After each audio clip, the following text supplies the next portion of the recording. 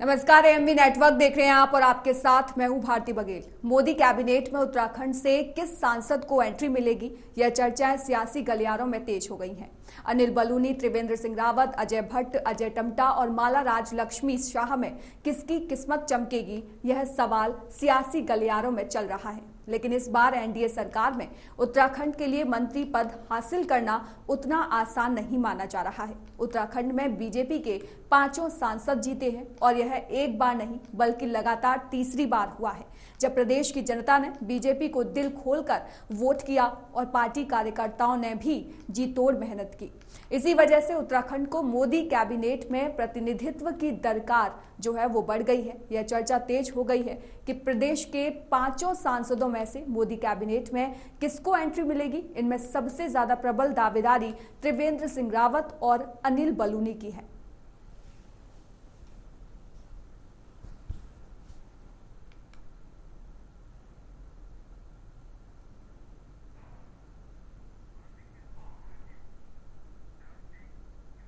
वहीं इस पर अधिक जानकारी के लिए हमारे साथ ब्यूरो चीफ पवन दीक्षित फोन लाइन पर जुड़ गए हैं। पवन, क्या कुछ अपडेट है इस मामले को लेकर? बिल्कुल भारतीय, जिस तरह से इस बार भी उत्तराखंड की 5 सीटों पर एक बार भारतीय जनता पार्टी ने हैट्रिक लगाई है और एनडीए की सरकार भी बनने जा रही है। कल प्रधानमंत्री नरेंद्र मोदी शाम 7:15 बजे प्रधानमंत्री पद की राष्ट्रपति भवन में शपथ लेंगे। इसको लेकर के अब चर्चाएं ये हैं कि अब भारतीय जनता पार्टी के कौन कौन से ऐसे सांसद होंगे जिनको मंत्रिमंडल में जगह मिलेगी। उत्तराखंड की अगर बात करें तो पिछली बार उत्तराखंड के हिस्से में अल्मोड़ा, नैनीताल, उधम सिंह नगर से जो भारतीय जनता पार्टी के विजयी प्रत्याशी रहे अजय भट्ट, उनको मंत्रिमंडल में राज्य मंत्री की का दायित्व मिला था, जो कि पर्यटन एवं रक्षा राज्य मंत्री थे। और उससे पहले भी अगर बात करें 2014 से 19 के, तो अल्मोड़ा से अजय टम्टा को भी राज्य मंत्री का मिला था। लेकिन इस बार स्थिति कुछ अलग है, क्योंकि इस बार एनडीए की सरकार है और बीजेपी पूर्ण बहुमत से पीछे है। कहीं कहीं सहयोगी दलों को साथ में लेकर चलने की मजबूरी है भारतीय जनता पार्टी के पास। और वहीं अगर हिमाचल और उत्तराखंड दोनों की बात करें तो दोनों ही राज्यों में 5 उत्तराखंड की और 4 हिमाचल प्रदेश की, कुल मिलाकर के 9 लोकसभा की सीटें हैं। 9 लोकसभा में कितने हिस्से भारतीय जनता पार्टी के सदस्यों के बीच में आते हैं, क्योंकि जिसमें बड़े बड़े अन्य नेता भी हैं, 4 बार के सांसद भी हैं। अनुराग ठाकुर जो 4थी बार जीत करके गए हैं, तो उनका लगभग बनना तय माना जा रहा है। इस लिहाज से देखा जाए तो उत्तराखंड में इस बार किसको मौका मिलेगा, क्योंकि पूर्व मुख्यमंत्री त्रिवेंद्र सिंह रावत भी हरिद्वार से सांसद हुए हैं, पूर्व केंद्रीय मंत्री अजय भट्ट भी नैनीताल लोकसभा से सांसद हुए हैं। वहीं मीडिया प्रमुख की अगर बात करें तो अनिल बलूनी का भी कद काफी बड़ा है, इस बार पौड़ी लोकसभा से वो भी लोकसभा में गए हैं जीत करके। तो यदि उत्तराखंड का नंबर आता है तो इन दोनों नामों पर सबसे ज्यादा चर्चाएं हो रही हैं कि अनिल बलूनी भी कैबिनेट में उनको जगह मिल सकती है। बिल्कुल पवन, आपने ये बिल्कुल सही कहा कि पिछली बार से स्थिति इस बार बहुत ज्यादा अलग है, क्योंकि इस बार बहुमत के आंकड़े को बीजेपी नहीं छू पाई और इस मामले को लेकर भी पिछले कई दिनों से चर्चाएं जो है वो गर्म है। लेकिन अनिल बलूनी और त्रिवेंद्र सिंह रावत, ये 2 नाम जो हैं वो बहुत आगे चल रहे हैं। इनके पीछे की वजह क्या है अगर इनको मंत्री पद दिया जाता है तो? पवन बिल्कुल, क्योंकि अनिल बलूनी के बारे में कहा जाता है कि मोदी और शाह की कोर कमेटी के ये सदस्य हैं और मीडिया प्रमुख के तौर पर बेहतर मीडिया सामंजस्य इन्होंने अपने कार्यकाल के दौरान स्थापित किया है। और ऐसे में लोकसभा चुनाव जीत करके उत्तराखंड से जाने वाले अनिल बलूनी का नाम सबसे ऊपर इसलिए भी आता है कि ये अमित शाह और मोदी के सबसे करीबी नेताओं में से माने जाते हैं। वहीं दूसरी तरफ अगर बात करें तो त्रिवेंद्र सिंह रावत भी अमित शाह और मोदी के काफी करीबी हैं, संघ में साथ में काम भी किया है और उत्तराखंड के मुख्यमंत्री भी रहे हैं। तो अगर त्रिवेंद्र सिंह रावत को अगर मंत्रिमंडल में अगर सहयोगी सदस्य की भूमिका में रखा जाता है तो उनको मोदी सरकार में कैबिनेट स्तर का पद दिया जाएगा, कैबिनेट मंत्री के रूप में उनको बनाना पड़ेगा, क्योंकि वो पूर्व में मुख्यमंत्री रह चुके हैं। अगर अनिल बलूनी को एडजस्ट करना है तो उत्तराखंड के खाते में भी अगर मंत्रिमंडल का पद देना है तो अनिल बलूनी एक ऐसे उनको स्वतंत्र प्रभार से भी संतुष्ट किया जा सकता है। तो इस लिहाज से भी अनिल बलूनी का नाम नंबर 1 में चल सकता है। और वैसे कुछ राजनीतिक गणितज्ञ ये भी मानते हैं क्योंकि इस बार एनडीए के जो अन्य घटक दल हैं बीजेपी के, उनको साधने के उद्देश्य से उत्तराखंड को दरकिनार भी किया जा सकता है। और बिल्कुल पवन, इसी सवाल पर आने वाली थी मैं। जिस तरीके से आपने भी कहा, घटक दल इस बार जो है वो आड़े आ रहे हैं और दावेदार बहुत है इस बार, तो कितनी बड़ी चुनौती यहाँ पर वो साबित होने वाली है? हाँ बिल्कुल, ये बड़ी चुनौती है क्योंकि कैबिनेट स्तर का पद मिलना उत्तराखंड के खाते में जाना बड़ा मुश्किल है, क्योंकि 5 लोकसभा है और 3 यहाँ पर राज्यसभा है। उसमें से अगर राज्य मंत्री और स्वतंत्र प्रभार का मंत्रालय अगर दे करके उत्तराखंड को संतुष्ट करने की नीति पर अगर कार्य होगा तो अनिल बलूनी राज्य मंत्री या स्वतंत्र प्रभार के मंत्री बनाए जा सकते हैं। दूसरा, यदि कोई राज्यसभा में से अगर किसी को रखा जाएगा तो उसमें जो महेंद्र भट्ट है, क्योंकि वो भी राज्यसभा सदस्य हैं और गढ़वाल से ही आते हैं, ब्राह्मण चेहरे हैं, तो इसलिए इस वर्तमान में वो प्रदेश अध्यक्ष भी हैं, तो उनका नाम भी इसमें जोड़ा जा सकता है। लेकिन उम्मीद काफी कम है क्योंकि मंत्रिमंडल में सदस्यों की संख्या सीमित रहनी है और घटक दलों को साथ में लेकर के भी चलना है। तमाम ऐसे घटक दल हैं जिनके पास 1 या 2 भी सीटें हैं, उनको भी मंत्रिमंडल में सम्मिलित करना है। और जो अन्य जो पार्टियों ने समर्थन दिया है एनडीए में, जो घटक दल हैं, उनके भी कई सदस्य रहेंगे। तो भारतीय जनता पार्टी के जो अपने सदस्य हैं उनकी कहीं न कहीं उपेक्षा भी हो सकती है और अपनी सरकार चलाने के उद्देश्य से उनको कहीं न कहीं मंत्रिमंडल से दूर रखा जा सकता है। जी बिल्कुल, जैसा कि पवन आपने कहा कि उम्मीद बहुत कम है, ऐसे में आगे की स्थिति को आप किस तरीके से देखते हैं? बिल्कुल भारती, क्योंकि जैसी परिस्थितियां हैं उसी के अनुसार सरकार कार्य करेगी, क्योंकि प्रधानमंत्री नरेंद्र मोदी को अपने संकल्प पत्र को भी पूरा करना है, एनडीए के घटक दलों को भी साथ में लेकर के चलना है जी। और साथ ही एक लंबी पारी के रूप में तीसरी बार जब प्रधानमंत्री पद की शपथ लेंगे तो चुनौतियां भी बहुत होंगी और अपने घटक दलों को भी सामंजस्य से उनके साथ स्थापित करना होगा।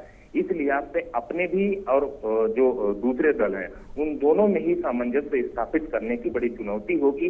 यदि इस तरह इस राज्य के अनुसार अगर मंत्रिमंडल में बंटवारा होता है तो उत्तराखंड से 2 नाम होंगे। यदि देश के हिसाब से अगर पार्टी संगठन स्तर पे काम होगा तो अन्य जो वरिष्ठ नेता हैं उनको तवज्जो ज्यादा मिलेगी अपेक्षाकृत राज्य स्तरीय। ठीक है पवन, धन्यवाद तमाम जानकारी के लिए।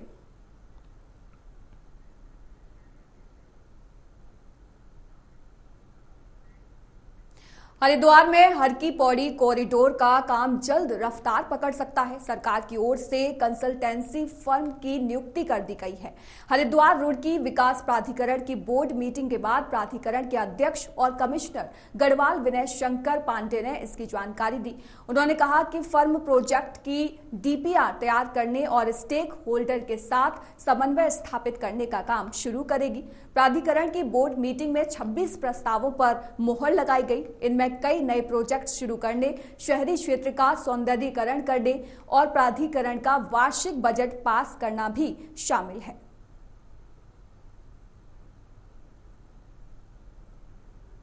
यूआईडीबी एक नई संस्था बनी है और उसकी तरफ से जहाँ तक मुझे भी जानकारी है कि उसमें कंसल्टेंट की नियुक्ति हो चुकी है और बहुत जल्दी अब वो आएगी यहाँ पर। और सबसे पहला जो उसमें प्राथमिकता रखी गई है वो है स्टेक होल्डर कंसल्टेशन। पहले भी हम लोगों ने लगातार इस चीज़ को यहाँ के हरिद्वार के जो हमारे सम्मानित नागरिक गण हैं उनको बताया गया है, स्टेक होल्डर्स को, कि कोई भी प्रोजेक्ट बिना उनके परामर्श के, बिना उनके सुझाव के नहीं किया जाएगा। उनके जो भी चिंताएं हैं, आशंकाएं हैं, उसका पूरा समाधान होगा, उनसे विचार विमर्श होगा, क्योंकि ये प्रोजेक्ट उन्हीं के लिए बन रहा है, यहाँ के लोगों के लिए ही, यहाँ के पर्यटन को, तीर्थाटन को बढ़ावा देने के लिए बन रहा। तो उनकी जो भी इश्यूज़ हैं उसको अच्छी तरह से एड्रेस किया जाएगा, उसके बाद भी हम लोग आगे।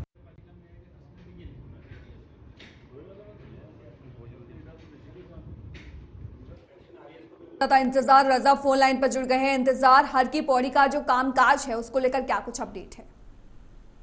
बिल्कुल, देखिए मैं बता दूं आपको, हरिद्वार हर की पौड़ी कॉरिडोर को लेकर लगातार जो तैयारियां हैं वो चल रही है और प्रशासनिक स्तर पर धामी सरकार की ओर से इसको मंजूरी मिलने के बाद इसको डीपीआर तैयार करने के निर्देश जारी किए गए थे। आज यहाँ एचआरडीए की 81वीं जो बैठक है वो आज यहाँ पर की गई, जिसमें जो मुख्यतः हरिद्वार के कॉरिडोर को लेकर यहाँ पर चर्चा यहाँ पर की गई है कि जो कॉरिडोर जल्द तैयार होना है उसको जो काम है उसका जल्द से रफ्तार यहाँ से पकड़ लेगा आप, क्योंकि उसकी कंसल्टेंसी कंपनी के लिए भी यहाँ पर जो ऑर्डर्स है वो यहाँ पर आमंत्रित यहाँ पर किए गए हैं। और लगातार जिस तरीके से कॉरिडोर का विरोध यहाँ पर हो रहा था, विजय शंकर पांडे गढ़वाल आयुक्त है उनके द्वारा स्पष्ट किया गया है यहाँ की जल्द जिस तरीके से कॉरिडोर तैयार होगा तो वहीं व्यापारियों और स्थानीय लोगों को इनकी राय मशवरे को ध्यान में रखकर ये सब कार्य यहाँ पर किए जाएंगे। इंतजार एचआरडीए बोर्ड बैठक में 26 प्रस्तावों पर मोहर लगी है, उसके बारे में क्या कुछ अपडेट है? जी बिल्कुल, लगातार एचआरडीए की लगातार बैठकें होती हैं और बोर्ड बैठक ये 81वीं बोर्ड बैठक थी। इस बोर्ड बैठक में करीब 26 जो प्रस्ताव हैं उन पर यहाँ पर जो मोहर लगाई गई है और मुख्यतः जो मुख्य बिंदु इसका रहा है तो कॉरिडोर को लेकर यहाँ पर किया गया था। जी इंतजार सवाल ये भी है कि कंसल्टेंसी फर्म की नियुक्ति भी सरकार की ओर से की गई है, इसके बारे में क्या कुछ जानकारी आपके पास है?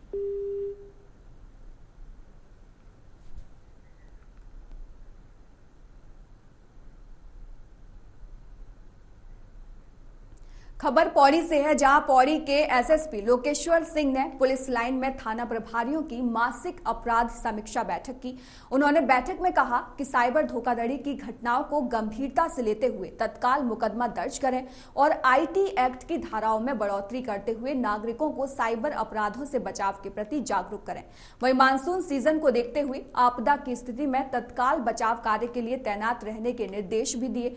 उन्होंने नाबालिग वाहन और चालकों के खिलाफ भी 15 दिन तक विशेष अभियान चलाने के निर्देश दिए। वहीं पुलिस लाइन में पुलिस कर्मचारियों के लिए स्वास्थ्य परीक्षण शिविर का आयोजन भी किया गया। इस दौरान एसएसपी ने बीते महीने उत्कृष्ट कार्यों के लिए 18 पुलिस कर्मचारियों को भी सम्मानित किया।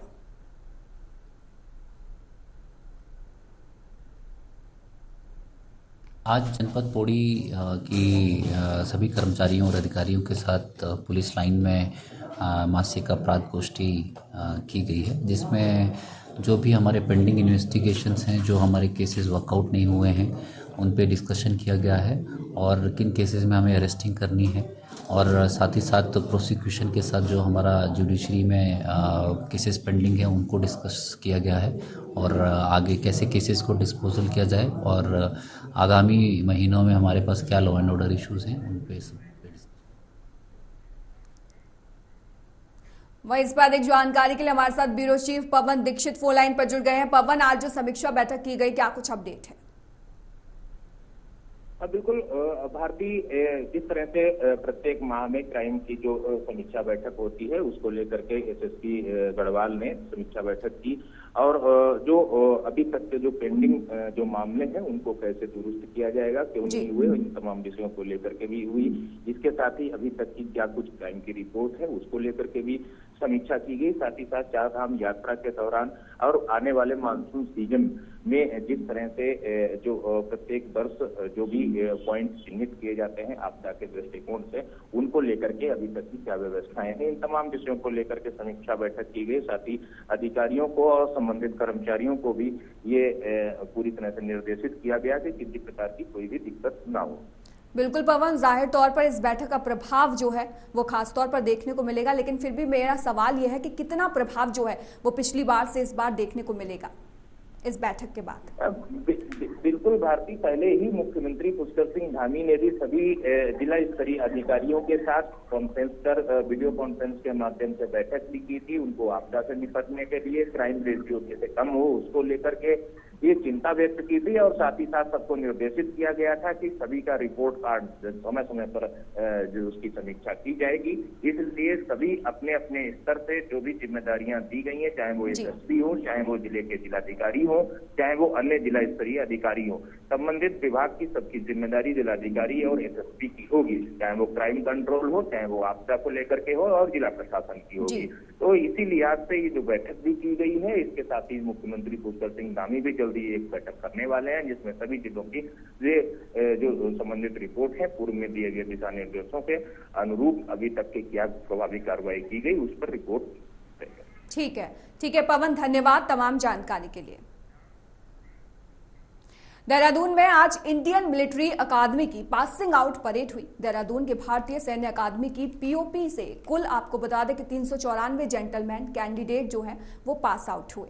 इन 394 में आज हमारे देश को 355 सैन्य अफसर मिले। मित्र देशों के भी 39 जेंटलमैन कैडेट जो हैं वो आज सैन्य अफसर बन गए हैं। IMA देहरादून में आपको बता दें कि पासिंग आउट परेड को लेकर बहुत उत्साह था। पीओपी की सलामी सेना की उत्तरी कमांड के JCO lieutenant general MV Suchindra Kumar ने ली और आपको बता दें कि पीओपी सेरेमनी में भारतीय सैन्य अकादमी के कमांडेंट जो लेफ्टिनेंट जनरल संदीप जैन और डिप्टी कमांडेंट मेजर जनरल आलोक नरेश भी इसमें मौजूद रहे थे। IMA में 154वां नियमित और 137वां तकनीकी ग्रेजुएट कोर्स जो है वो आज संपन्न हुआ है।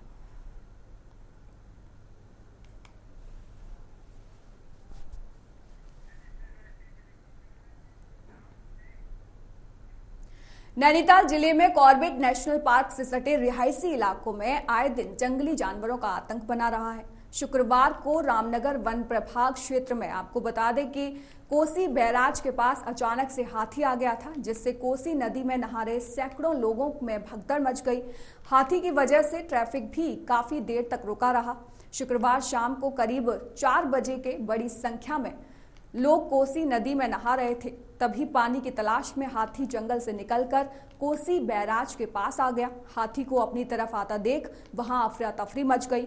हर कोई अपनी जान बचाकर इधर उधर भागने लगा। इसी दौरान वहां खड़े कुछ लोगों ने हाथी का वीडियो भी अपने मोबाइल में कैद कर लिया। मामले की जानकारी वन विभाग को दी गई। वन विभाग की टीम ने मौके पर पहुंचकर हाथी को रिहायशी इलाके की तरफ जाने से रोका और उसे वापस जंगल की तरफ भेजने का पूरा प्रयास किया गया।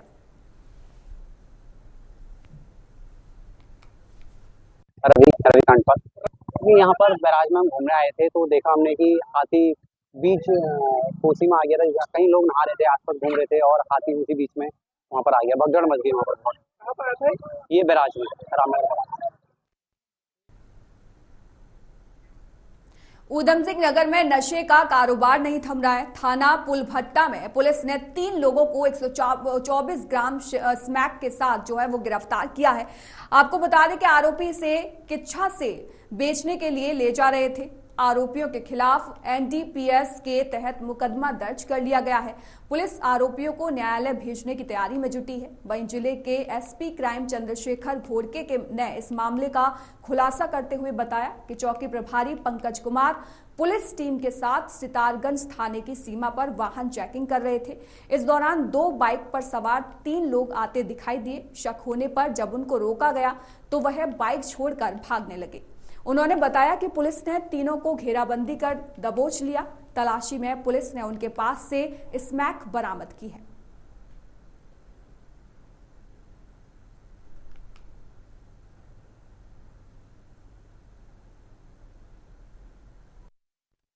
इसी क्रम में थाना पुलभट्टा की टीम को एक बहुत ही अच्छी उपलब्धि मिली है। 3 अभियुक्त जो है ये थाना नानकमत्ता और थाना सितारगंज से इसमें गिरफ्तार हुए हैं। लखविंदर सिंह, सरताज सिंह और स्वरण सिंह। तो इसमें लखविंदर सिंह और स्वरण सिंह जो है दोनों भाई है और थाना नानकमत्ता के निवासी हैं। इन 3 अभियुक्तों को हमने लगभग 124 ग्राम स्मैक के साथ बरामद किया है, जिसकी अंतर्राष्ट्रीय बाजार में लगभग अनुमानित कीमत जो है 5 लाख से भी अधिक है। तो इसमें जो है पूरी टीम की जो नेतृत्व कर रहे थे CO सितारगंज, जिन्होंने किच्छा में भी एक बाइक की अच्छी रिकवरी करी है और पुलभट्टा में नशे के ऊपर एक कड़ा प्रहार किया है। तीनों अभियुक्तों का अभी तक आपराधिक इतिहास सामने नहीं आया है, लेकिन इसके बारे में और गहनता से जानकारी की जा रही है और खंगाला जा रहा है। इनके कब्जे से 124 ग्राम स्मैक के साथ साथ 2 मोटरसाइकिल और 3 मोबाइल भी हमने बरामद किए हैं। पूरी थाना पुलभट्टा की टीम को मैं बधाई देता हूँ, शुभकामनाएं देता हूँ और SSP ऊधम सिंह नगर महोदय की ओर से 2000 रुपये का कैश अवार्ड।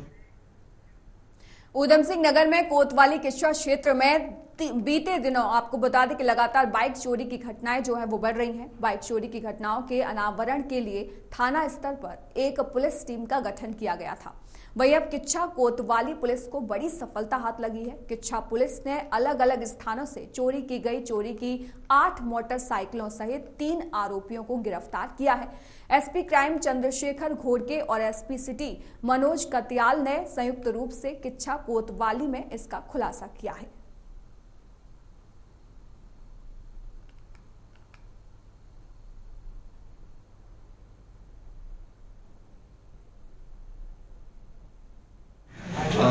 कोतवाली किच्छा की टीम ने वाहन चेकिंग के दौरान एक बिना नंबर प्लेट की गाड़ी को रोका और उससे जब सघन पूछताछ की गई तो ये पाया गया कि ये चोरी की मोटरसाइकिल है और इसका जो मुकदमा है कोतवाली किच्छा में ऑलरेडी पंजीकृत है। तो इसमें 3 अभियुक्त हमने गिरफ्तार किए हैं और तीनों अभियुक्तों के कब्जे से जो लगभग 8 मोटरसाइकिल हमने बरामद की है। कोतवाली किच्छा की इसकी पूरी टीम, जिसका नेतृत्व सीओ सितारगंज के नेतृत्व में कोतवाली किच्छा की टीम, जिसका नेतृत्व सुंदरम शर्मा इंस्पेक्टर कर रहे हैं, और इसमें बाकी पूरी कोतवाली किच्छा की टीम इसमें सम्मिलित है। ये बहुत ही अच्छी उपलब्धि है और सफलता है। इस पूरी उपलब्धि के लिए मैं कोतवाली किच्छा की टीम को बहुत बहुत शुभकामनाएं देता हूं और एसएसपी उधम सिंह नगर की ओर से पूरी टीम को 2000 रुपये का कैश रिवॉर्ड भी इसमें दिया जाता है।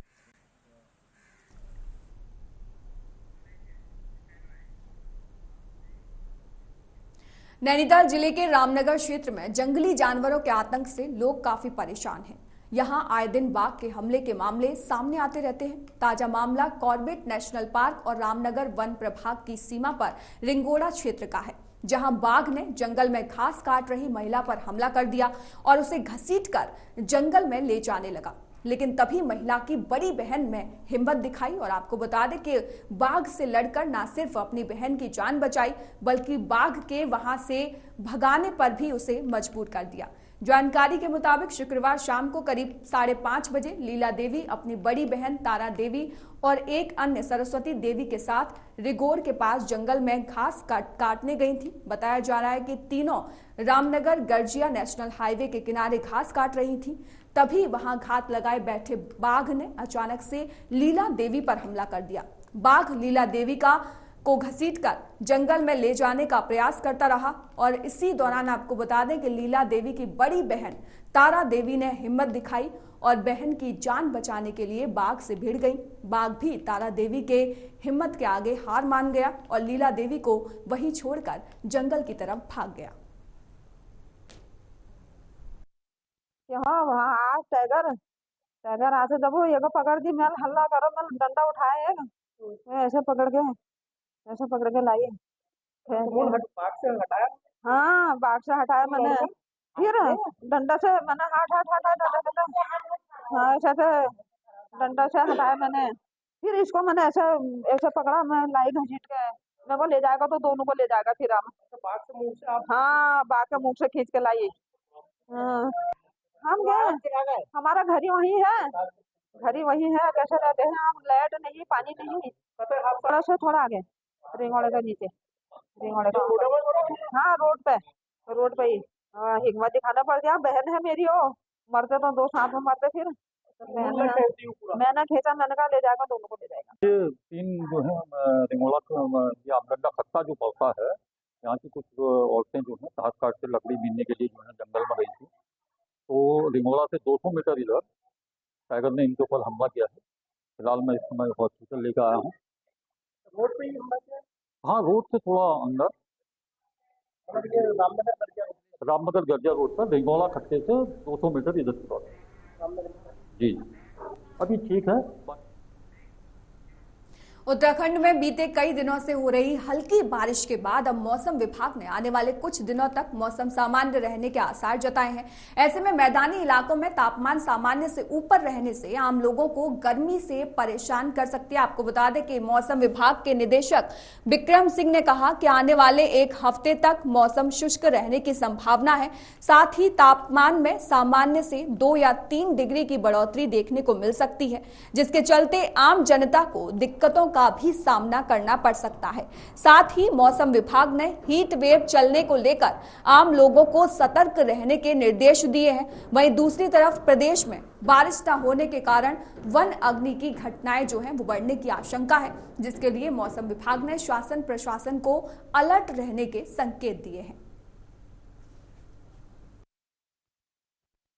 तारीख तक देखें तो कोई विशेष एक्टिविटी कुछ दिख नहीं रही। तो करीब करीब मैं ये कहूँगा कि मौसम साफ रहने वाला है। छुटपुट activity, light rain, thunderstorm activity जो अंदर के डिस्ट्रिक्ट है, उत्तरकाशी, चमोली, पिथौरागढ़, रुद्रप्रयाग, बागेश्वर है, तो उनमें तो छुटपुट मिल सकती हैं हायर रीचेज में। बाकी कोई विशेष कुछ भी नहीं दिख रहा है।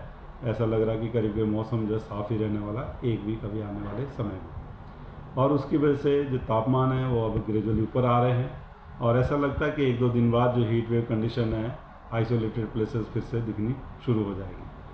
तो मैं कहूँगा कि 9-10 तारीख से जो है जो हीट वेव कंडीशन है, चाहे वो प्लेन्स में कह लीजिए या हिल्स में कह लीजिए, तापमान जो है जो सामान्य से है वो 4-5 डिग्री तक, 5-6 डिग्री तक भी जो है वो ऊपर आ जाएंगे अगले 3-4 दिन में। तो जब ऐसी स्थिति होगी तो फिर कहीं ना कहीं हीट वेव कंडीशन जो बन जाती है, तो फिर से मैं कहूँगा कि 4-5 दिन जो है जो टेम्परेचर्स है ऐसे हो जाएंगे कि वो हीट वेव कंडीशन हमारी 9-10 तारीख के बाद जो है अगले 4-5 दिन देखें तो उस तरह की कंडीशन रहेगी। तो ठीक है, हालांकि पीछे बारिश मिली है, कुछ मॉइस्चर भी है, लेवल जो है, तो परंतु फिर भी मैं कहूँगा कि कुछ। फिलहाल इस बुलेटिन में इतना ही। देश और दुनिया की तमाम खबरों के लिए आप देखते रहिए AMV नेटवर्क।